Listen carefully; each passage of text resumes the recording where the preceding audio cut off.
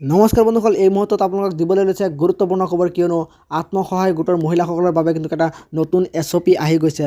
Doctor Himanta Biswa Sarma ডাঙৰীয়াই কৈছে যে আপোনালোকে কেইটামান চৰ্ত আৰু নীতি নিয়ম মানিব লাগিব। এই SOPত আপোনালোকে হিমন্ত বিশ্ব শৰ্মা ডাঙৰীয়াই যে আপোনালোকে কেইটামান চৰ্ত আৰু নীতি নিয়ম মানিব লাগিব। আপোনালোকে কেনেকৈ এপ্লাই কৰিব, আপোনালোকে জীৱিকা সখী বাইদেউ আপোনালোকে কিন্তু ঘৰে ঘৰে আহি ফৰ্ম বিতৰণ কৰিব। এই ডিচেম্বৰ মাহতে কিন্তু আপোনালোকে পইচা লাভ কৰিব আৰু ফৰ্মখন কেতিয়া আহিব আমি ভিডিঅ'ত কৈ আছোঁ।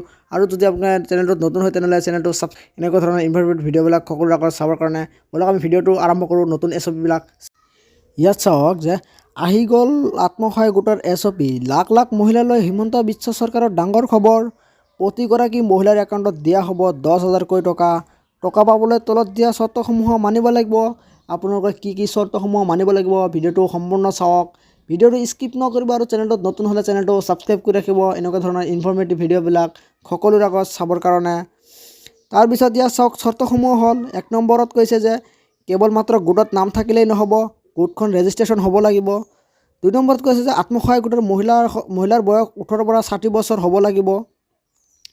3 নম্বৰত কৈছে জেনেৰেল কাষ্টৰ মহিলাসকলৰ 3টাতকৈ অধিক সন্তান থাকিব নালাগিব। যদি জেনেৰেল কাষ্টৰ মহিলা 3টাতকৈ অধিক সন্তান থাকে তেতিয়াহ'লে আপোনালোকে এই আঁচনিৰ যোগ্য হ'ব নোৱাৰে। তাৰপিছত 4 নম্বৰত কৈছে tea garden SC ST OBC কাষ্টৰ মহিলাসকলৰ 4টাতকৈ অধিক সন্তান থাকিব নালাগিব। তাৰপিছত 5 নম্বৰত চাওক, যোৱা ছেপ্টেম্বৰ মাহত গছপুলি ৰোপণ কৰা হ'ব লাগিব। আপোনালোকে যোৱা ছেপ্টেম্বৰ মাহত যে অমৃত বৃক্ষ আন্দোলনৰ গছপুলি ৰোপণ কৰিছিলে, এই গছপুলি কিন্তু আপোনালোকে ৰোপণ কৰা হ'ব লাগিব।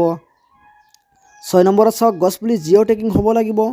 7 নম্বৰত কৈছে গছপুলি অফিচিয়েল ৱেবছাইটত আপলোড দিয়া হ'ব লাগিব। আপোনালোকৰ এই গছপুলি কিন্তু অফিচিয়েল ৱেবছাইটত আপলোড দিয়া হ'ব লাগিব। তাৰপিছত চাওক যে আবেদনৰ বাবে কি নথি পত্ৰ লাগিব। আপোনালোকে যে আবেদন কৰিব এই 10,000 টকাৰ, আপোনালোকে কেনেকৈ আবেদন কৰিব, আপোনালোক কি ডকুমেণ্টছ লাগিব। ইয়াত চাওক যে 1 নম্বৰত গোট গঠনৰ নিয়মাৱলী, 2 নম্বৰত প্ৰস্তাৱ, 3 নম্বৰত ফৰ্ম নম্বৰ 2 লাগিব, 4 নম্বৰত আভ্যন্তৰীণ চুক্তিপত্ৰ, 5 নম্বৰত আধাৰ কাৰ্ড, 6 নম্বৰত বেংক একাউণ্ট লাগিব, 7 নম্বৰত ভোটাৰ কাৰ্ড এখন লাগিব। তাৰপিছত কৈছে ইয়াত কেতিয়া ফৰ্ম লাভ কৰিব। আপোনালোকে এই মাহতে ফৰ্ম লাভ কৰিব, ডিচেম্বৰ মাহতে লাভ কৰিব ফৰ্ম। আত্মসহায়ক গোটৰ ফৰ্ম ডিচেম্বৰ মাহতে কিন্তু আপোনালোকে লাভ কৰিব। জীৱিকা সখী ফৰ্ম বিতৰণ কৰিব মহিলাসকলৰ ঘৰে ঘৰে গৈ। আপোনালোকৰ জীৱিকা সখী বাইদেউ আছে, আপোনালোকে এই বাইদেউ আপোনালোকৰ ঘৰে ঘৰে গৈ আপোনালোকৰ এই ফৰ্ম বিতৰণ কৰিব। আপোনালোকে এই ফৰ্ম এই মাহতে পাব আপোনালোকে। তো বন্ধুসকল আজিৰ ভিডিঅ'টো এইখিনিতে আছিল।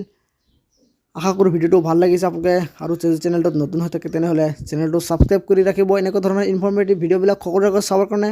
তো আজিৰ ভিডিঅ'টোত এইখিনিতে, আকৌ লগ পাম নেক্সট এটা ভিডিঅ'ত। আৰু ফৰ্ম কেতিয়া আহিব আপোনালোকক জনাই দিম, আপোনালোকে কেনেকৈ ফিল আপ কৰিব আপোনালোকে এইটোৱে আমি ভিডিঅ' বনাই আপোনালোকক জনাই দিম। তো আজি ভিডিঅ'টো এইখিনি।